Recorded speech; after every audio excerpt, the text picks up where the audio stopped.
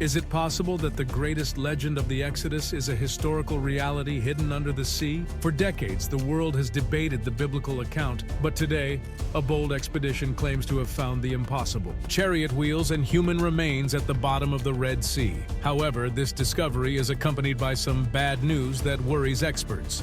Before diving in, be sure to subscribe, turn on the bell, give it a like, and share this video. Get ready for the truth. For millennia, the story of the Exodus has captivated the imagination of believers, historians, and archaeologists alike. The biblical account, described with dramatic intensity in the book of Exodus, narrates how the waters of the Red Sea parted to allow the passage of Moses and the Israelites, only to close violently upon the Pharaoh's pursuing forces. For centuries, the question has hung in the air, floating between faith and skepticism. Was it a real historical event or a foundational allegory? Where is the physical evidence of such a cataclysm? Recently, a surprising narrative has emerged from the depths of the Gulf of Aqaba, challenging academic consensus and reigniting the flame of debate. According to recent reports disseminated by biblical research platforms, a team of rescue divers and marine technology experts reportedly stumbled upon what many consider the holy grail of biblical archaeology: the tangible remains, embedded in coral, of the lost army of ancient Egypt. The premise is as fascinating as it is controversial. Divers find Pharaoh's lost army under the Red Sea. This essay explores the details of this alleged expedition, the reported findings, and the unsettling implications that, according to its discoverers, bring with them bad news. The story presented to us does not begin in a dusty university or at an official press conference, but in secret. At the end of 2024, according to the sources consulted, a covert mission was organized in the waters near Nuweiba Beach, on the Egyptian side of the Gulf of Aqaba. Unlike traditional archaeological excavations, which often struggle for funding and bureaucratic permits, this operation was described as a private sector-funded initiative, a coalition of philanthropists motivated both by historical curiosity and deep faith. The team was not a group of amateurs. It is described as an elite unit composed of marine engineers, divers with military training, and sonar technology experts. Their technological arsenal, valued at millions of dollars, included latest-generation side-scan sonars capable of mapping the seabed in 3 dimensions, underwater drone (ROV) equipped with high-resolution cameras, and sensitive magnetometers designed to detect metallic anomaly under meters of sediment and centuries of coral growth. The objective was audacious: to verify claims made decades ago by explorer Ron Wyatt, who had pointed to this specific location as the actual site of the Red Sea crossing. However, the mission operated under a shadow of warning. It is reported that governmental and academic agencies had dismissed the project as a pseudo-scientific fantasy, and that there were discreet pressures not to disturb the area. This clandestine atmosphere adds an air of thriller to the narrative, suggesting that what lies underwater is something that official history would prefer to keep hidden. To understand the magnitude of the finding, we must first understand the setting. Nuweiba Beach is not just any coast. Geographically, it stands out for opening onto what researchers describe as a natural underwater bridge. While much of the Gulf of Aqaba is a deep trench with unfathomable abysses, this area presents a unique geological formation, a relatively flat and elevated underwater strip of land that extends approximately 16 kilometers to the opposite coast in present-day Saudi Arabia. Proponents of this theory argue that this would be the only logical place where a multitude of people and livestock could have crossed the sea. Flanked by walls of water, without having to climb impossible underwater canyons, it was in this geological setting, on this submerged bridge, where the expedition's drones began sending images that would leave the team breathless. What the sonar first detected were geometric anomalies. In nature, straight lines and perfect circles are rare. However, the team reported the presence of strangely symmetrical formations scattered across the seabed. Upon descending the remotely operated vehicles for a visual inspection, the reality of the images exceeded the expectations of the acoustic data. Under layers of millenary coral, unmistakable contours were distinguished. They were not random rocks, but circular structures with central axes. Divers identified what appeared to be war chariot wheels, preserved ironically by the same marine organisms that concealed them. The coral had colonized the wood and metal, creating a natural mold that preserved the object's original shape, even after the organic materials had disintegrated.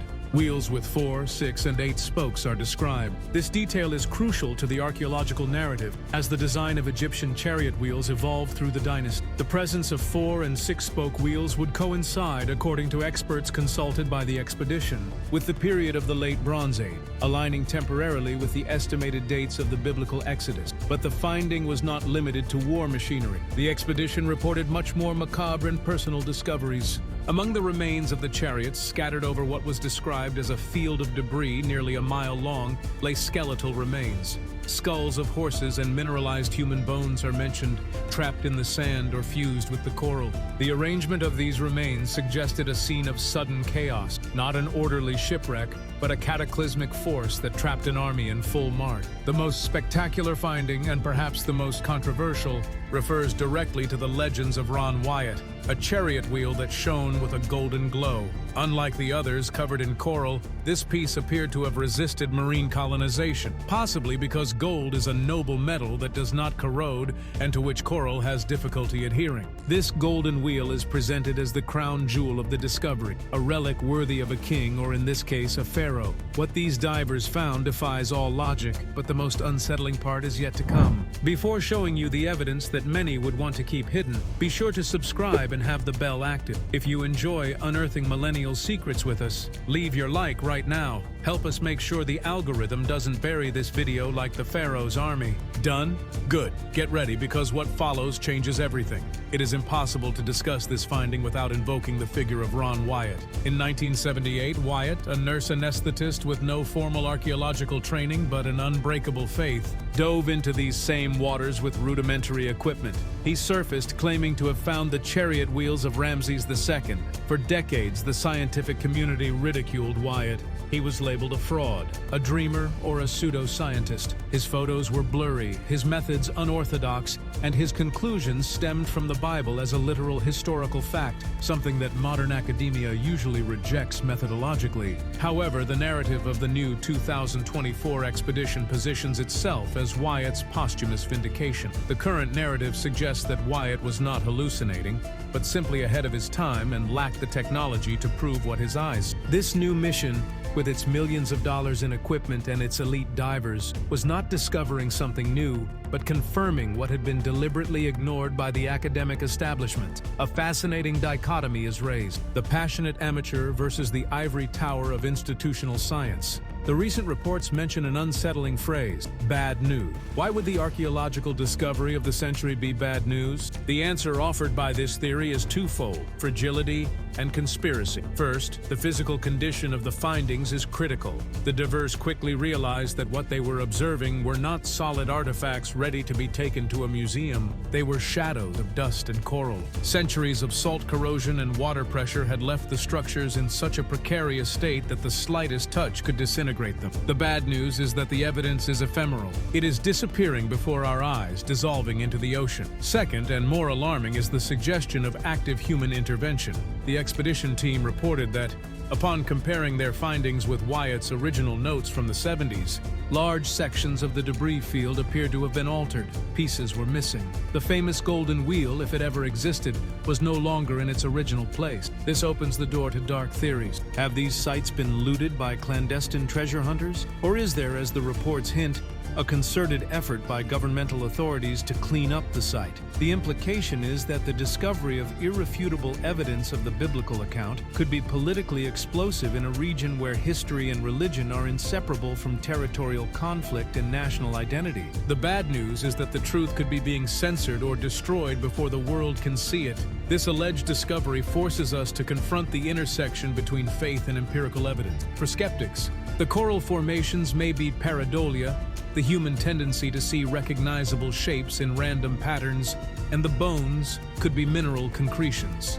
The lack of publications in peer-reviewed journals and the secrecy of the expedition are classic red flags for rigorous science. However, for believers, this finding resonates with a seismic force. It validates a narrative that has been attacked by modern textual criticism and biblical minimalism. If there are Egyptian chariots at the bottom of the Gulf of Aqaba, the story of the Exodus ceases to be a foundational myth to become a historical chronicle. This narrative is astute in presenting this not just as a finding of objects, but as a battle for truth. It invites us to question how much of accepted history is simply a consensus maintained by academic inertia. What happens when physical evidence challenges the textbooks? The premise that divers find Pharaoh's lost army under the Red Sea is, without a doubt, one of the most seductive stories of our time. It combines submarine adventure, historical mystery, and religious controversy in a single narrative. Based on the information presented, we find ourselves facing a scenario where modern technology seems to have shed light on an ancient mystery,